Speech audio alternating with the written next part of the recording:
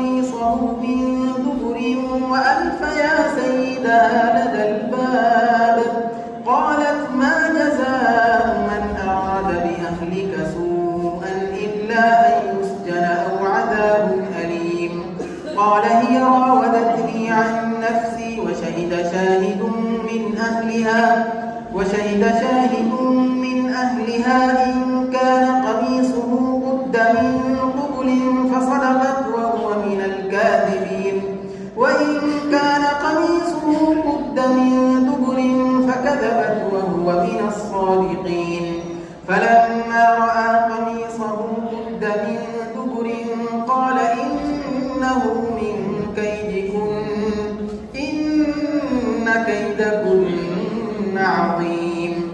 يوسف أعرض عن هذا واستغفري لذنبك